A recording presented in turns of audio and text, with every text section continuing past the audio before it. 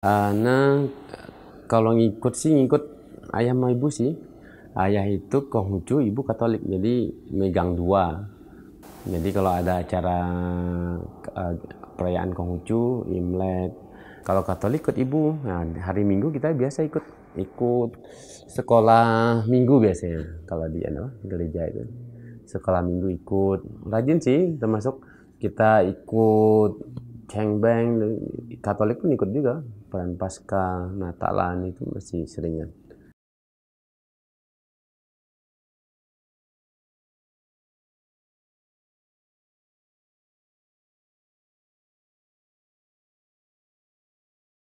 Ana sadar di sekolah waktu itu. SMA 2004 akhir, kelas 1 SMA. Ana baru masuk sekolah waktu itu. Kalau kesan kita sih bagus sih, karena memang kita di Bangka itu interaksi Muslim sama orang Tionghoa itu dekat. Makanya ada istilah tuh Fan Ngin Thong Ngin Dit Jong.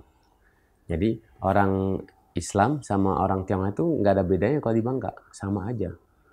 Jadi mereka pun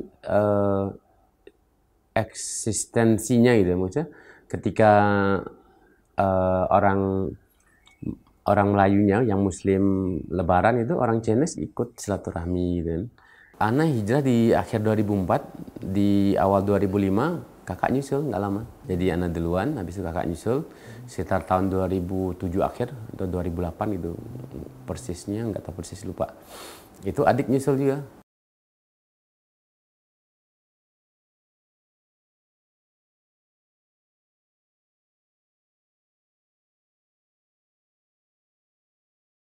Kakak tuh bawa Injil Barnabas waktu itu dari perusahaan umum daerah itu juga.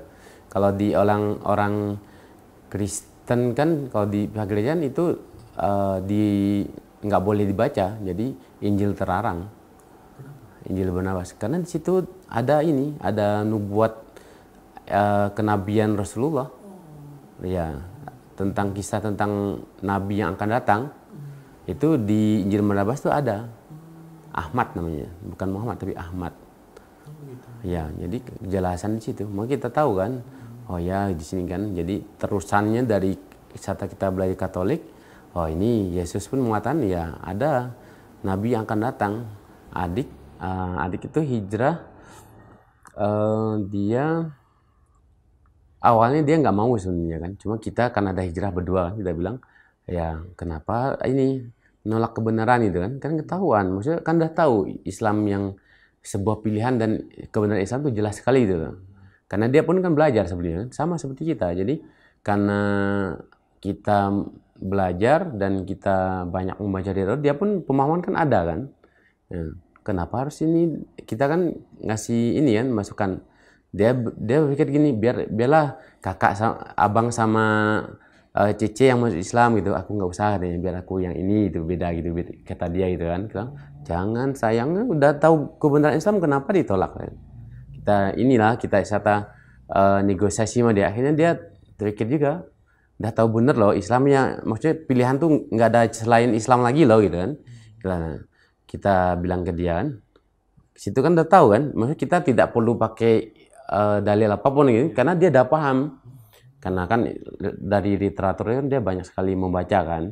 Jadi kita tinggal bilang aja, ngapain rugi loh gitu kan. Nggak rugi loh ini. Saya kita ngomong kasar kan, nggak rugi loh kalau ini. Akhirnya oh iya, akhirnya dia ini ya hijrah juga gitu. Ya, tidak susah gitu, maksudnya dakwah dia itu ya kita hanya bilang ya kan udah tahu, udah paham itu. Ya, dia udah paham, jadi kita bilang kenapa tidak diwujudkan gitu loh. Tinggal cuma gerbangnya syahadat doang, nggak susah. Alhamdulillah. Jadi di 2007 atau 2008 masalah.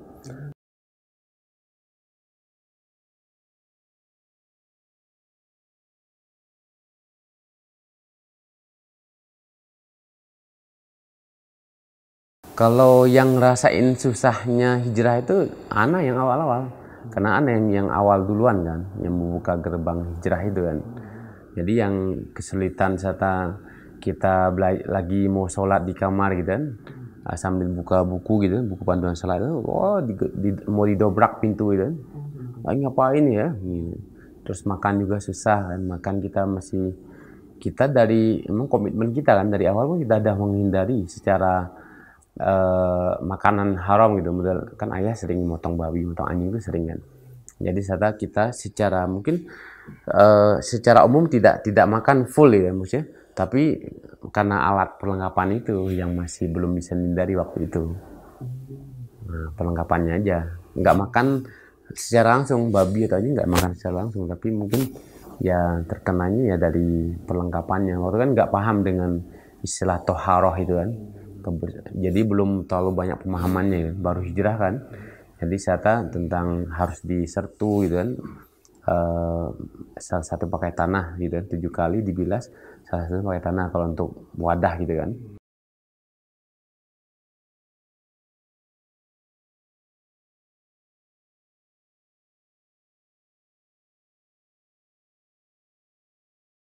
Kalau anak sih tiap tahun kalau pulang selalu ngajak, kita ajak ya. Cuma emang tidak bisa orang tua ya, kalau orang tua ini kita bilang susah untuk kita dialog dengan secara ilmiah itu susah.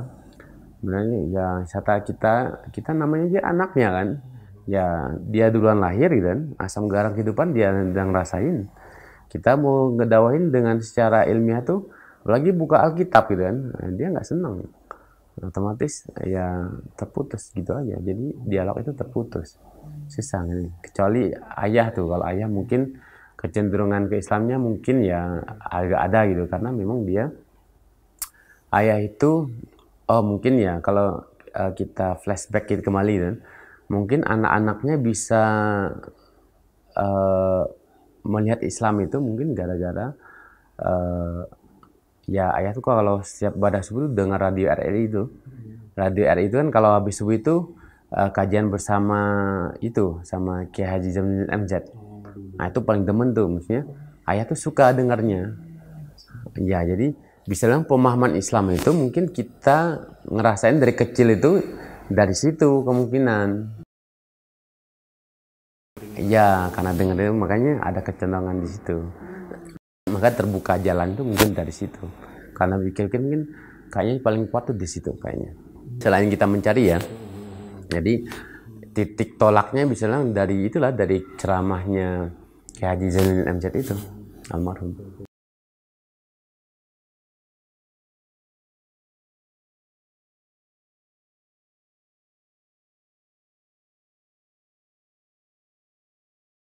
Kalau di Katolik gitu kan sama Konghucu itu dia tidak terlalu banyak perbedaan sebenarnya. Kalau kita secara umum kita bilang bahwa di Katolik menyembah berhala betul, karena disembah salib kan, terus sama patung Bunda Maria kalau di Katolik. Kalau di Konghucu nyembahnya ya di Tapekong ada patung, tidak ada perbedaan signifikan sebenarnya. Kalau Katolik sama di Konghucu gitu kan. Dan termasuk pun kalau misalnya kita ikut ke Katolik, kenapa banyak secara umum orang Tionghoa itu kenapa banyak memilih Katolik sebenarnya? Karena kalau dia ikut masuk ke Katolik, dia masih bisa ngamalin ajaran Konghucunya. Sembahyang cengbeng masih dibolehkan, sembahyang ke Tapekong masih boleh, ke Kelenteng itu masih boleh, dibolehin sama pihak gereja secara umum ya. Jadi mereka ya 11-12 lah gitu kan. Ya ini tidak terlalu perbedaan gimana gitu kan.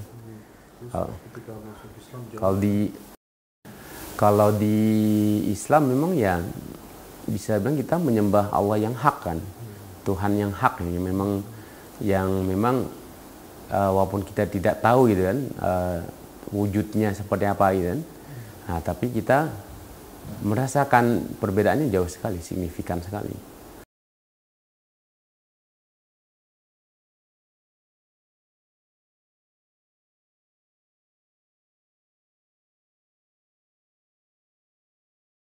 Kalau orang sebenarnya sih kalau Anda lihat gitu, termasuk paman-paman pun ada yang memang dia paham dengan keislaman. Maksudnya Islamnya banyak paham gitu kan.